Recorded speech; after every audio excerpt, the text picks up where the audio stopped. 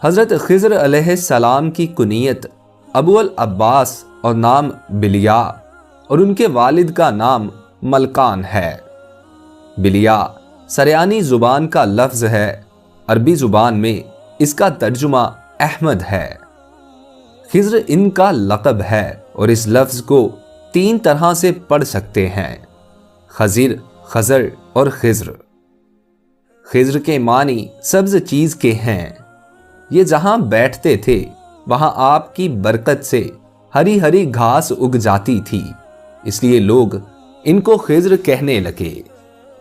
یہ بہت ہی عالی خاندان سے تعلق رکھتے ہیں اور ان کے آباء و اجداد بادشاہ تھے۔ بعض عارفین نے فرمایا ہے کہ جو مسلمان ان کا اور ان کے والد کا نام اور ان کی کنیت یاد رکھے گا انشاءاللہ تعالی اس کا خاتمہ ایمان پر ہوگا۔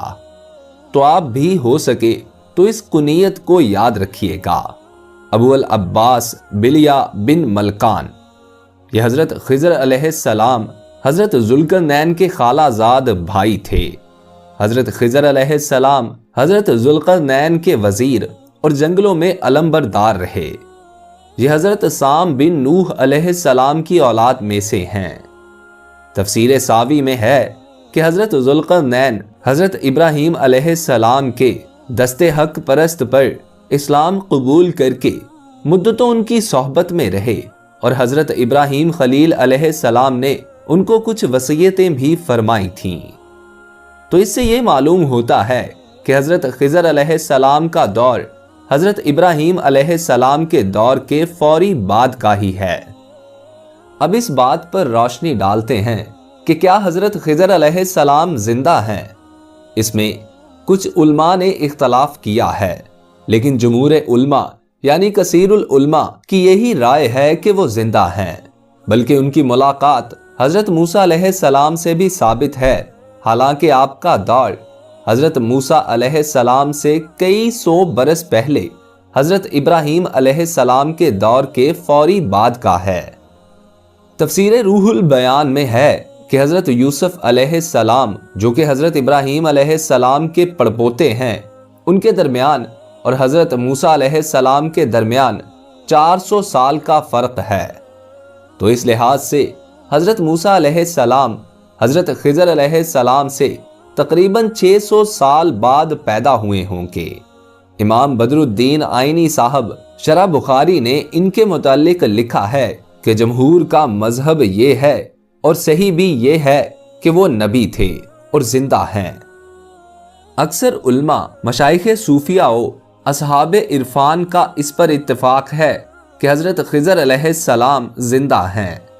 شیخ ابو عمرو بن صلاح نے اپنے فتاوی میں فرمایا ہے کہ حضرت خضر علیہ السلام جمہور علماء و صالحین کے نزدیک زندہ ہیں۔ یہ بھی کہا گیا ہے کہ حضرت خضر و الیاس دونوں زندہ ہیں اور ہر سال زمانہ حج میں ملتے ہیں۔